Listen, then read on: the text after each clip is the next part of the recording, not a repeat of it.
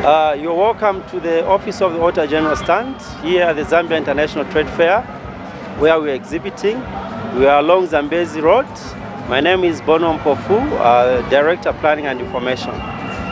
So this year's theme is promoting value addition for sustainable growth. How are we interpreting the theme? So basically, Auditor General's Office provides the audit service to all public institutions. So how do we promote value addition? So what we have done is basically we have invested heavily in the audit management system, AMS. What that basically means is that the audit period that it takes to produce this report has reduced. We've brought about efficiency in the production of these reports. So this is how we're adding value for sustainable growth. Apart from that, we have also gone into real-time audits where we don't have to wait until the end for us to produce these reports. Real-time audits basically provide information for decision makers who are parliament. We have also taken care of the different clientele that read our reports. So we have now developed what are known as infographic reports. These are pictorial presentation of our reports so that we cater for all types of people who read our reports. Yes. So apart from that, how else do we add value? We produce audit reports which we send to the clients. As we do the audits, we basically look at different aspects of the client's operations, vis-a-vis the internal control system, the effectiveness, efficiency, as well as economy, how they run this organization of theirs, and we give recommendations. So once these recommendations are complied and implemented, there's efficiency that comes in the way the services are provided, which ultimately will benefit the citizens. So this is our interpretation of this year's theme. I thank you. Yeah. I am Patrick Chivipe, a principal auditor under the Office of the Auditor General in the department, which is LAD, Local Authorities Audit Directorate. Our role is to carry out audits of local authorities.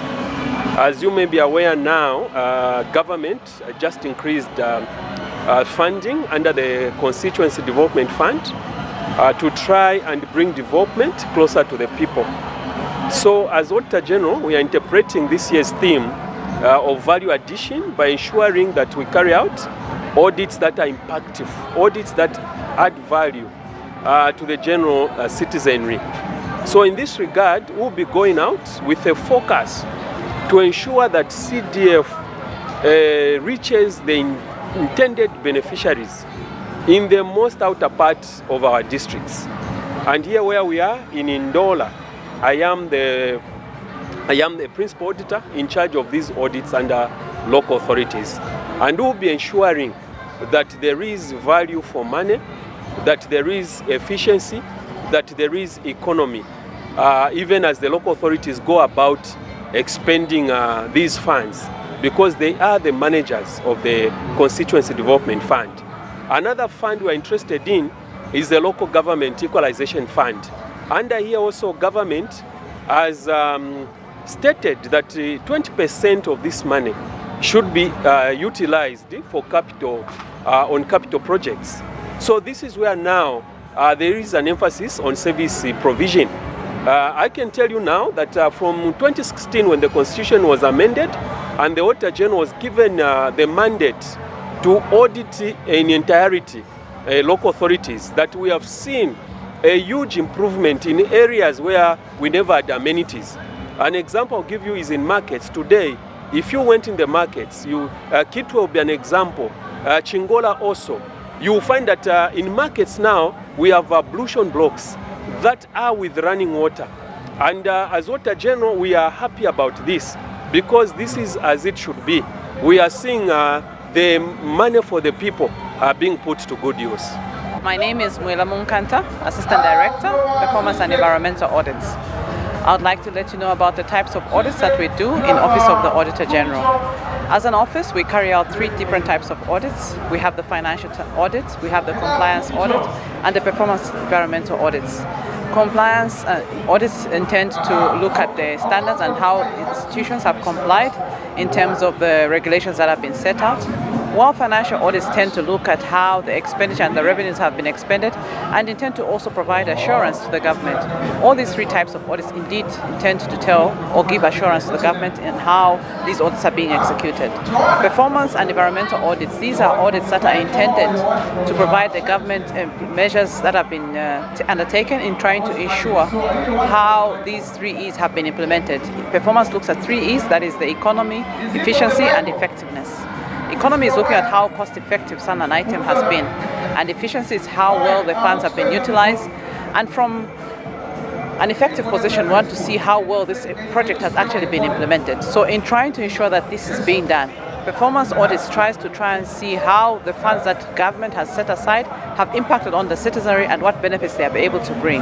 Performance audits tries to show people to the extent to which projects that have been carried out can be able to realize the results that they have been able to implement through some of the audits that we have taken, such as medical waste audits that we have carried out in the hospitals. You will see that before hospitals used to dispose of waste in the one particular type of bin, but now they have been color coded. So you find that the syringes are disposed in one type of a color, the cotton swabs in a different kind of box, and the other type of general waste that is also disposed of in one another type of waste. All these are coming out from the results that we have tried to take out in terms of the impact that is trying to give to the citizens. Also, the citizens have been given the other audits, like we have carried out electronic waste. Electronic management of waste is one type of audit that tries to tell people about how they are able to manage their waste in terms of the electronic devices that we use. We also talk about these fluorescent tubes that we have, also the bulbs that we're using. How are we disposing of these, and what are the effects and the implementations that they have in terms of your human health? They do have a lot of environmental challenges that we need to take care of. So in these reports that we continue to display and present to you as an office, we are encouraging you so that you are able to understand and read more. So we'd like to see you at our stand so that you can come and learn more about the types of audits that we're carrying out as an office, so that you'll be able to appreciate and see the results that are being implemented. I thank you and look forward to seeing you at our stand. My name is Ellen Chikale, Head of Public Relations in the Office of the Auditor General. The Office of the Auditor General is a public institution which is mandated to carry out audit of all public resources. So when I talk about public resources, we are talking about all resources that go to government ministries, provinces and agencies. We are also talking about any public resource that goes to the councils, public resources that go to a project, all that, so long they receive public funds, the Office of the Auditor General is supposed to audit all those.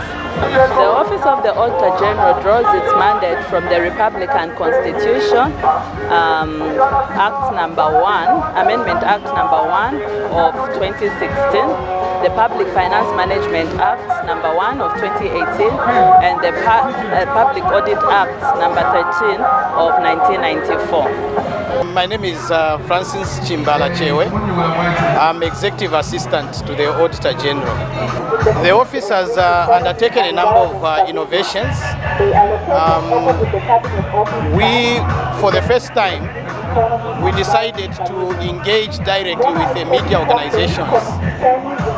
We had a retreat, a workshop where we met with journalists to explain the types of reports that we do, the contents, what they mean, the implications.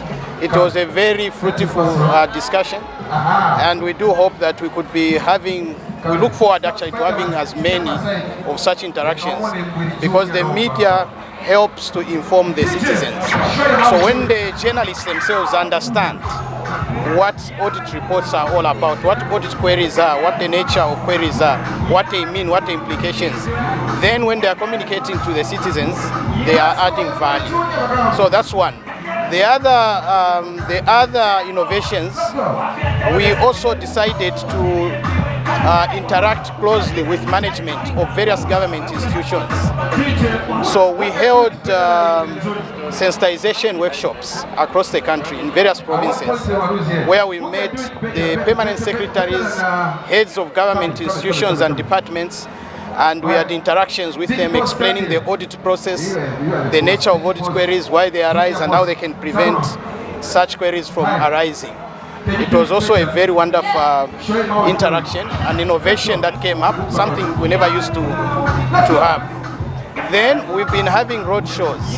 So we are putting stands, just like we are having now at a trade fair, but we also put up a stand maybe at various shopping malls to interact with the members of the community, to talk about various issues affecting the nation through financial management, accountability, and so on. So we have come up with these tools, innovations, and ways of engaging them so that members of the public are informed.